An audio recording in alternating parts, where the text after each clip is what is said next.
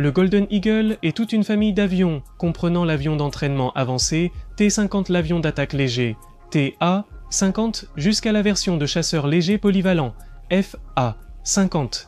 Il s'agit du premier avion supersonique conçu et construit en Corée du Sud par Korean Aerospace Industries ou Korean Aerospace Industries avec l'assistance de Lockheed Martin.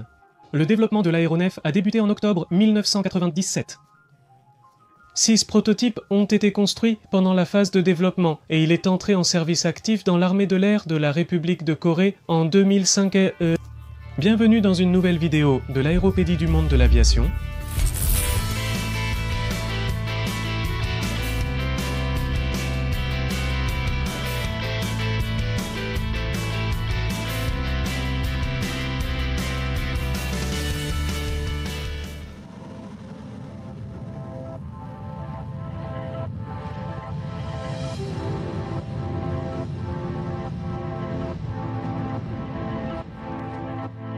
Le programme T-50 avait initialement pour objectif de développer un avion d'entraînement construit localement, capable de voler à une vitesse supersonique et de former les pilotes.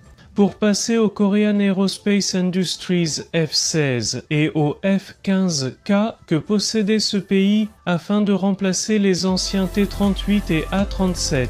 Initialement, le programme s'appelait KTX. De son développement a commencé en 1992, mais en raison de coupes budgétaires, il a été annulé en 1995.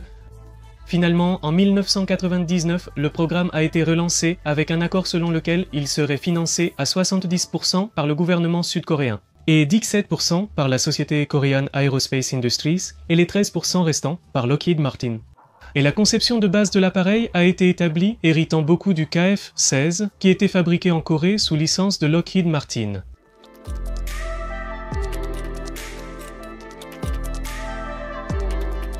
L'avion a été officiellement désigné comme le T-50 Golden Eagle en février 2000 et a effectué son premier vol en août 2002.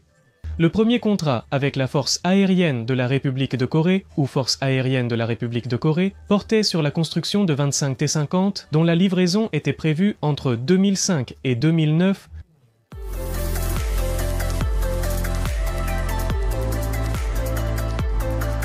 Ces premiers avions sont équipés du radar APG-67 de Lockheed Martin, le même que celui utilisé sur le F-16. Le moteur utilisé est le General Electric F404, le même que celui du F-18 Hornet, du HAL Texas et du F-117. Tous ces avions ont déjà leur propre vidéo sur la chaîne, donc vous pouvez les chercher pour les regarder ensuite. Mais ces moteurs étaient assemblés par Samsung Techwing, où General Electric fournit les kits de moteurs qui sont assemblés localement en Corée, tout en fabriquant plusieurs pièces localement. Ensuite, le programme s'est étendu à un concept d'avion d'attaque léger T-50 et au F-50 respectivement.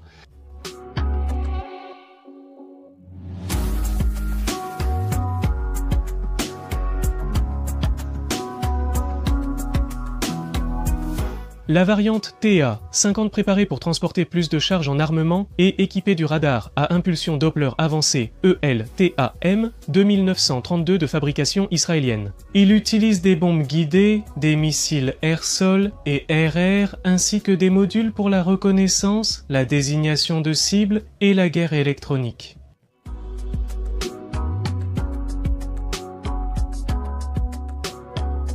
Le F-50 est la version la plus avancée. Il possède une plus grande capacité interne de carburant, une avionique améliorée, un radome plus long et une liaison de données tactique. Il dispose du même radar israélien mis à jour pour une portée air-air un peu supérieure. Son premier vol date de 2011 et un contrat a été signé pour équiper l'armée de l'air coréenne de 60 appareils.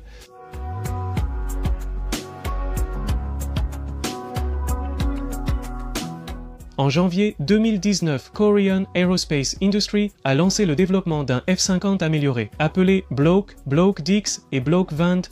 Cette entreprise les propose à l'export avec le choix entre moteurs Eurojet 200 ou General Electric F414. Les moteurs utilisés respectivement par l'Eurofighter et le Super Hornet, bien qu'aucun de ce type n'ait jamais été construit.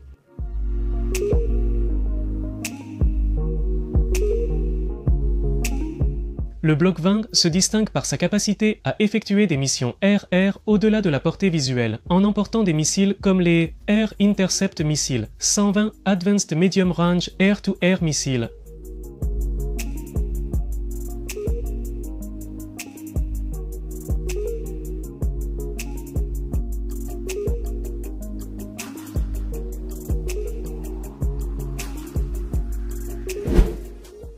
Il s'agit d'un chasseur léger, biplace, monomoteur, avec un poids maximal au décollage de 12 tonnes et une autonomie de 1850 km avec les réservoirs de carburant internes.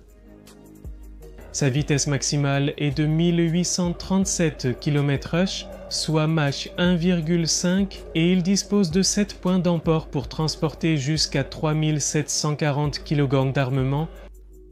Il a aussi un canon interne de 20 mètres.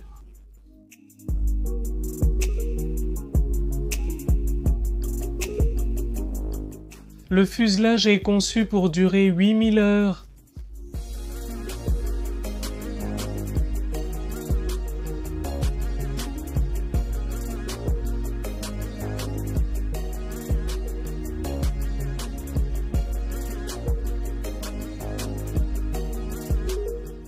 Il y a 7 réservoirs de carburant internes d'une capacité de 2655 litres, 5 dans le fuselage et 2 dans les ailes.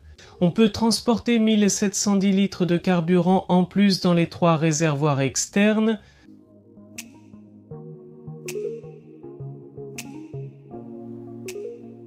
En ce qui concerne l'avionique, le système de traitement des données de vol, le logiciel de gestion des moteurs, la partie mécanique pour la gestion du contrôle de vol et le train d'atterrissage, entre de nombreux autres systèmes, sont entièrement développés par les entreprises et institutions coréennes, qui contribuent au contractant principal.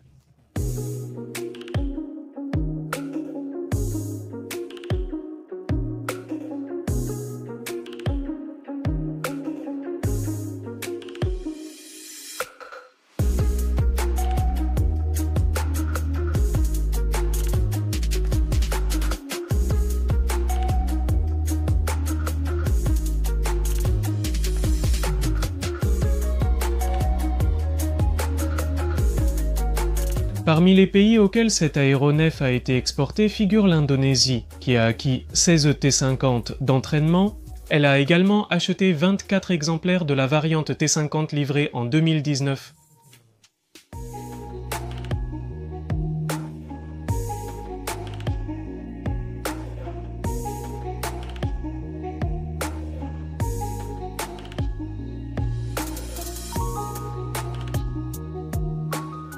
Les Philippines ont choisi les T-50, dont 12 ont été livrés avec la possibilité d'en acquérir 12 de plus à l'avenir. Et la Thaïlande en a également acquis 12, mais du modèle d'entraînement T-50. Selon l'entreprise, des variantes de reconnaissance et de guerre électronique sont également en cours de développement, désignées sous les noms de reconnaissance aérienne 50 et guerre électronique 50. À un moment donné, l'option d'un FA 50 monoplaces a également été envisagée, mais elle a été annulée, puisque le projet Korea Aerospace Industries Korean Fighter X d'un chasseur de 5e génération est en cours de développement conjoint avec l'Indonésie. C'est pourquoi tous les avions de cette famille seront biplaces.